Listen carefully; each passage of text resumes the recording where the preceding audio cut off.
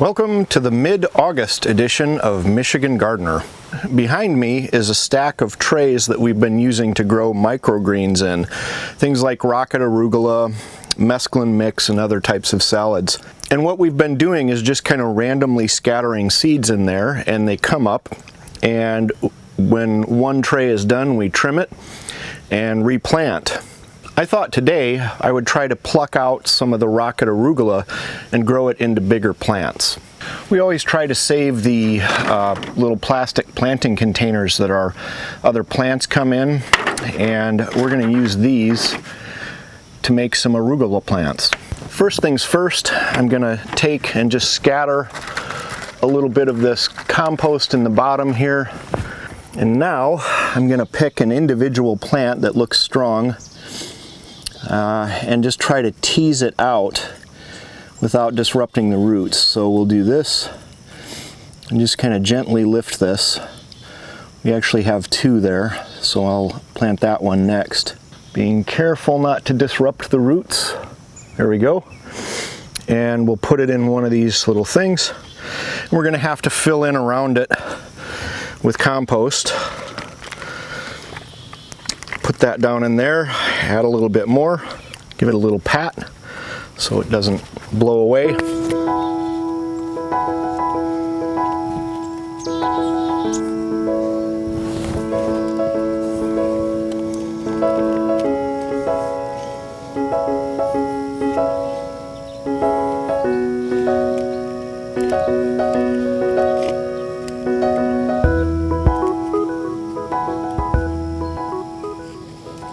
And we'll give this a very gentle watering just to help get them started.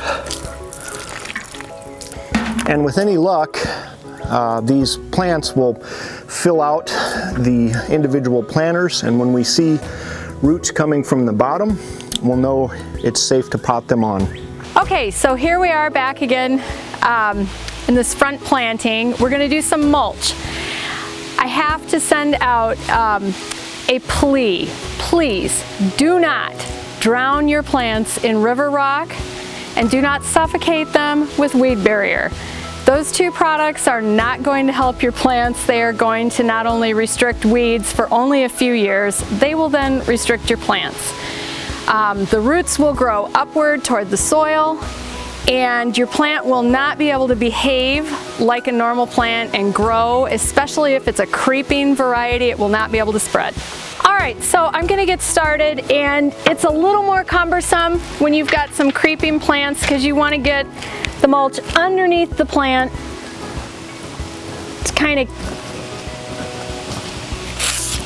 keep it out of the muck when you water. We like to get bulk mulch. It's a lot cheaper. You can get any color you want. I usually go for a neutral color because it all kind of looks neutral colored after the first year, but they didn't have any left. You want to use some mulch because it's going to help your bed retain some moisture. It's going to do a little bit of weed suppression, but unlike rock, as the mulch breaks down, it's going to put some things back into the soil that are good for your plant. All right, so finishing touches now. I've got everything mulched, and I had some bare spots that could be filled, coincidentally, with some houseplants that are sun-loving succulents, different varieties of jade. I'm not sure what this one is called. I'm going to stick those in and enjoy the fruits of my labor.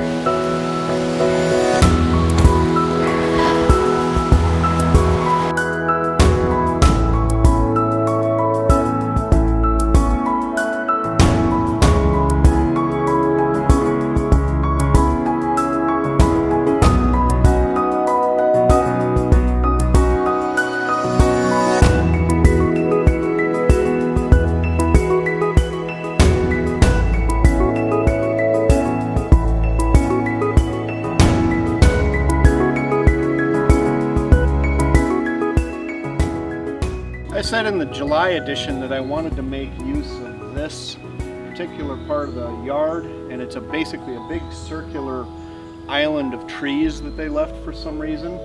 But the neat thing about this is these oddly shaped trees right behind me. And in order to make better use of that and make some paths through there, I need to start pulling out the smaller trees. And today's a perfect day to start that because I actually need 4 poles for another project. This is about the right size, and I want to leave enough of this tree that I can grip it with a chain and not have the chain slip off. So I think we'll get rid of this right about here.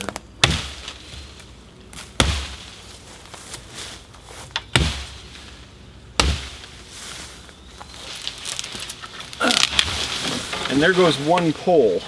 So basically we want to form a Chinese finger trap around this thing with chain so that if the chain starts to slip,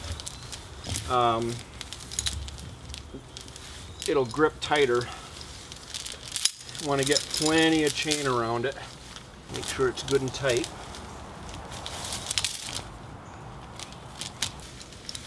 This is probably overkill, but better safe than sorry.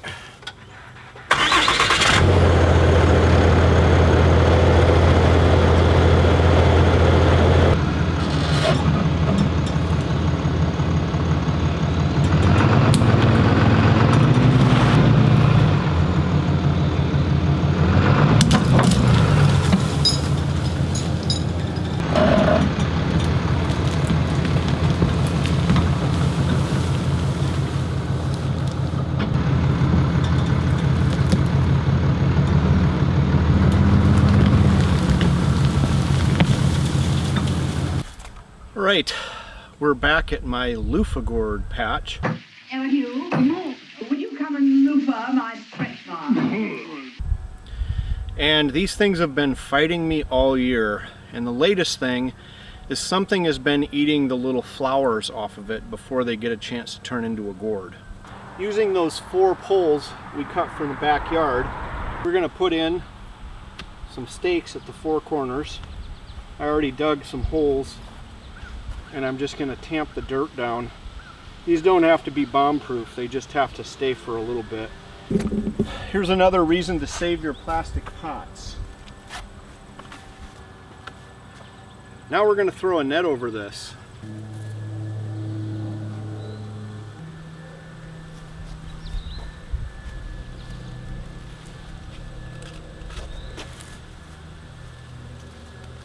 That job is done. I've weighted the bottom with some rocks so that stuff can't crawl underneath it, but I think that will prevent the flower thieves from getting too many more of these before we can get some gourds on there. I'm out picking in the garden today, starting to get more and more tomatoes. There's a San Marzano. Not sure what that is. It's a yellow variety. And these are tomatillos. And one of these tomatillos is ready, and I'll show you how you know that. This is when you know they're not ready. The husk is intact, and if you squeeze it, you get mostly air. But I was looking the plant over, and I found this one, and actually it just fell off, so I got to it just in time. And if you see, the difference is that this one, the husk is split. Okay, we're taking a look at the wildlife pond that Kyle and I dug in earlier this spring. We just took an old whiskey barrel, half of a whiskey barrel, and we dug it into the ground, got it fairly level, put some bricks inside to create different elevations. We put in a water lily and some squiggly water grass and just kind of left it. And we have probably a dozen frogs at any given time, and this has solved a big problem that we had with slugs. Slugs will eat your hosta leaves and other more tender leafed plants, and the frogs eat the slugs, so it's been a win-win. We don't do a lot of maintenance, but every once in a while we do check the barrel for mosquito larvae, because you don't want to breed a bunch of mosquitoes in your backyard. If they are in there, all you do is stick a garden hose in there, turn it on for about a half an hour, and that will take care of it.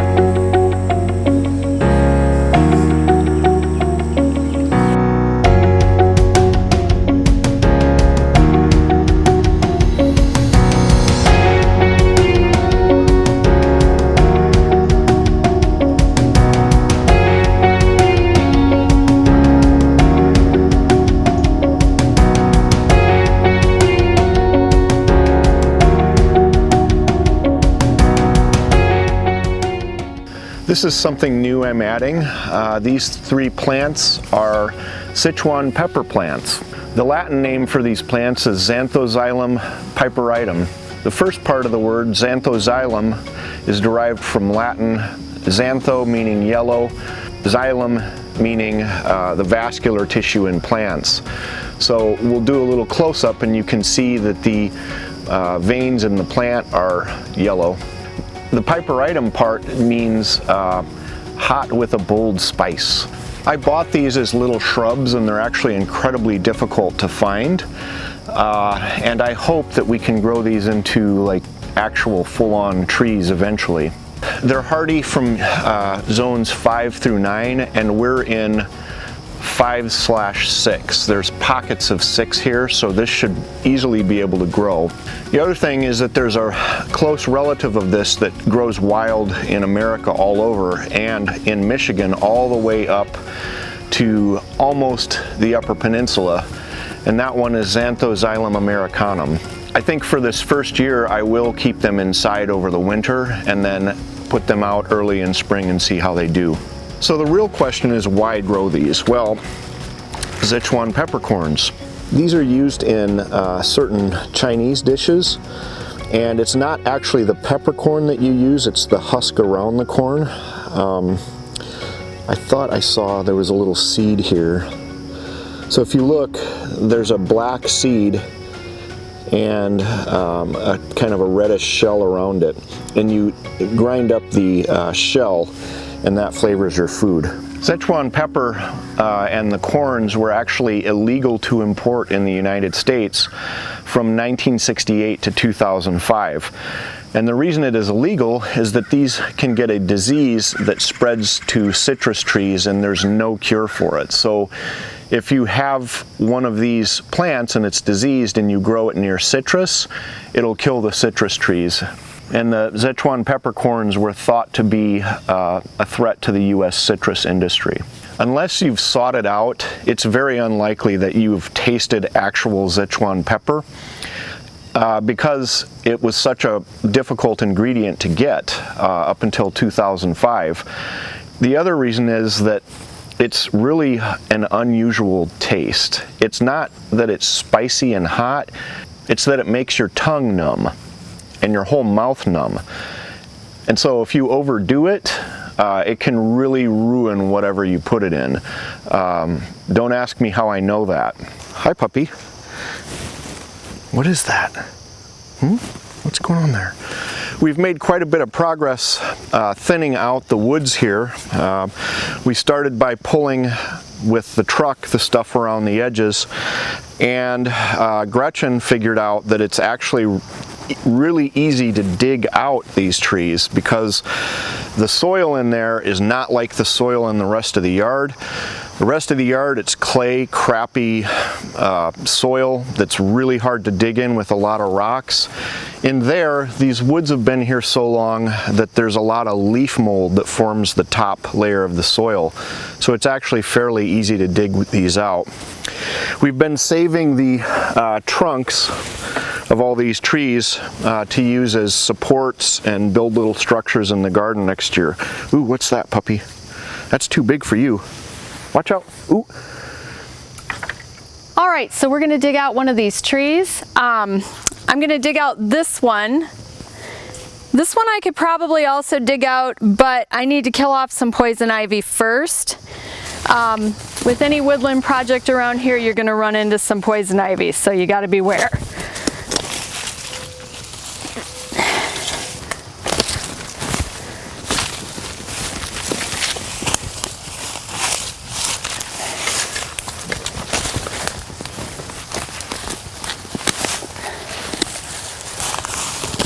There. All right, so right here we have some poison ivy. This is the kind that grows as a plant, not as a vine. Poison ivy can also grow as a vine up trees, and you're gonna find it mixed in a lot of times with Virginia creeper. This time it's mixed in with this Pachysandra. You have to dig the whole plant up. if you have a lot of it, because the oils are also in the roots and the stems, if you have a lot of it, sometimes it's a good idea to kill it off with a poison ivy killer. Roundup is not super effective because it's not strong enough, so you would go to your garden center and they have strong killers that are specifically for poison ivy and other vines. Earlier I netted my Luffa Gourds because the flowers were falling off, and I thought that some critter was coming by and eating them. But it turns out, after doing a little research, that if the flowers don't get pollinated, then they fall off like that. And that's because there's male and female flowers, and the male flowers are much more common than the female flowers, and I may just be in a situation where I don't have any female flowers yet. So we'll watch these. Maybe I'll still get some gourds, I don't know, but next year I'll just plant half a dozen of these things, and I'm going to grow them up ropes, I think. And then we should have enough female flowers that we can get some pollination. It's harvest day in the garden. There's a bunch of stuff coming ripe. This plant came from some seeds in the mountains of Haiti when I was there after the earthquake. And I think it's likely a Scotch bonnet. I'm not positive. And they're getting ready. You want them to be nice and red like this and not orange. But there's a bunch more peppers coming, and I think what I'll do with these is turn these into a fermented sauce eventually. But one pepper like this is plenty to season an entire pot of beans and rice. They're really spicy. So we haven't gotten nearly as many zucchinis as I'd like this year. This is our second one, and I think once she gets it plucked there, we may end up turning that into hibachi vegetables tomorrow. We might have some hibachi chicken, which is actually teppanyaki chicken, but that should be pretty good. We're actually getting into some tomatoes now, and this is a variety called Health Kick, which is a plum tomato, and we've got a bunch more to show you. The flavor of these I don't like as much as I do some of the other tomatoes that we've grown so far. These are San Marzanos. These are some of my favorite to grow. And it's a plum tomato, super tasty. Our plants are getting so big that the tomato cages fall over, so we've had to add really sturdy stakes and zip tie the cages to the stakes. This is a variety called Super Beef, so it's some sort of a takeoff of the beef steak. Get really big, super juicy, nice tomatoes out of there. And this is beef steak, with just a classic beefsteak tomato, and she'll show you the difference here in a sec. So here's the difference. The super beef is that one, a lot bigger, and the regular beefsteak is there. I'm not sure that there's a huge difference in the flavor, but obviously supers grow big. So this is a variety called Brandywine Yellow, and the tomatoes turn yellow. They're pretty tasty. It's much less acid and less sweet than the other tomatoes that we've grown so far. And of course we've got a bunch of cherry tomatoes coming ripe. This is a little bit bigger than the cherry tomatoes I've grown in the past. And those plants tend to really overpower everything, so you have to be careful when you plant those. This tomato isn't quite ready, so we're not going to pick it, but that is a variety from my friend Ivo's house in Bulgaria. That's a tomato that's really kind of native to his town, and you really can't get that particular variety, so I save seeds and replant every year. This variety is called Ponderosa. This is another one I started from seed. Just a big red tomato, tasty. This location has been fantastic for cucumbers this year. I've got some other plants, but this one really likes where it is, and I think this is going to be a cucumber patch next year. Although I may grow them up supports so that we can get less surface area on the ground and more cucumbers in the air.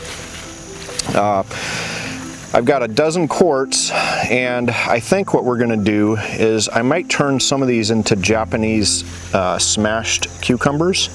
It's a brined cucumber, not really pickled, but they're pretty tasty, and in the description I'll link to a video on how to make those.